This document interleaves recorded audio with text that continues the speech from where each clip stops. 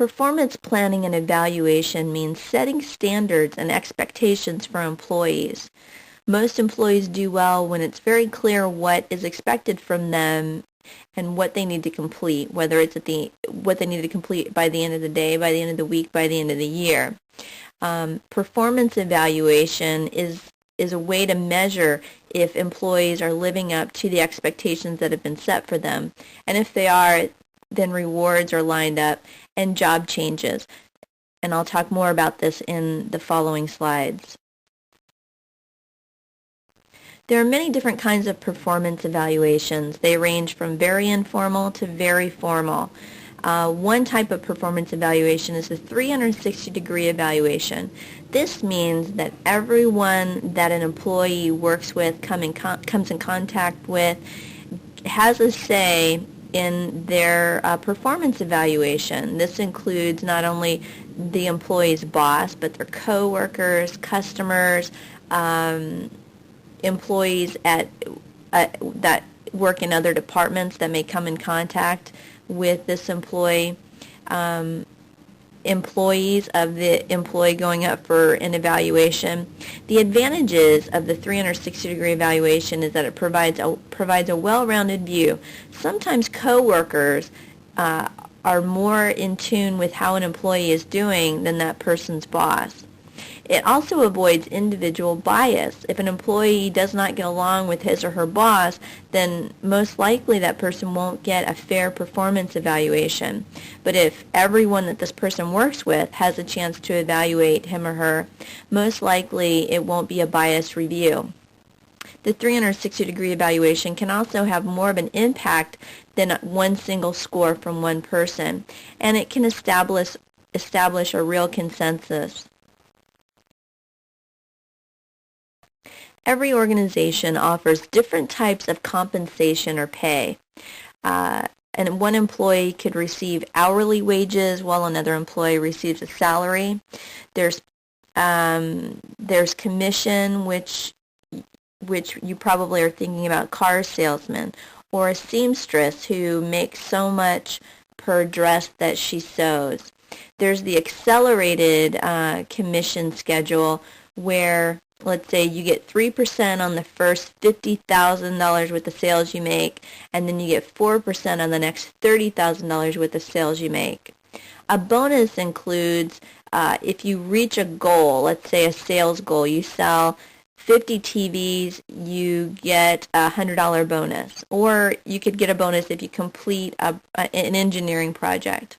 There's profit sharing. This means you get a percentage of the profits over a preset level. So let's say let's say a car dealership, you go to work for a car dealership and they tell you you get 3% of the profits over after they make their first 100,000.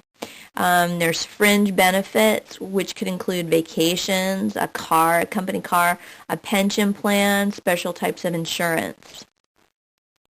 With most organizations, types of compensation can be negotiated. Many people aren't content to stay with the same job for 10 or 15 years. They're looking for a career change, and this can happen within their company, or it may mean they need to separate from the organization they're working for. Job change within the organization can include a transfer, a promotion, or sometimes a demotion. This means being sent to a lower level, most likely lower paying job. Separation from the organization can include a layoff, termination, getting fired, resignation, or retirement. Human resource managers have to stay abreast of all the different laws affecting employment. For example, there's the Fair Labor Standards Act, which means that anything over 40 hours worked has to be compensated with time and a half. There's the Equal Pay Act, which means basically equal pay for equal work. This sought to eliminate the pay difference that was seen between men and women. Women were making 60 cents on the dollar that men were making, and I think it's somewhere around 70 cents on the dollar compared to men. There's the Occupational Health and Safety Act. This legislation was meant to ensure that employers looked out for the safety of their employees, making sure, for example, that construction workers would wear their hard hats on a job site, making sure that employees weren't exposed to lethal toxins if they were working with chemicals.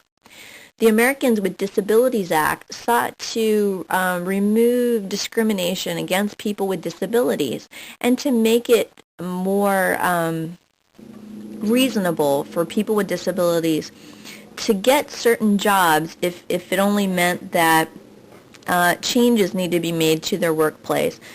For example, someone with a disability may not be able to someone with a disability might not be able to type on a keyboard for whatever reason. So an employer reasonably can be expected to buy the software package naturally speaking. So instead of typing, they can just talk to a microphone, and this would be the equivalent of typing on a keyboard. Some trends that are having an impact on human resources is that more women are in the workforce now and more people are changing jobs more frequently.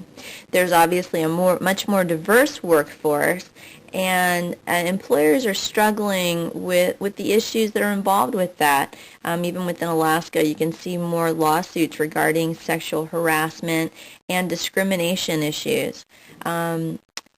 Advancing technology means that there's a lot more outsourcing, a lot more contracting with outside resources going on. Technology also allows more telecommuting. And then finally, global competition. Employees today are expected to be adaptable to different cultures, different languages. Language and cultural orientation training is often a requirement with some employers.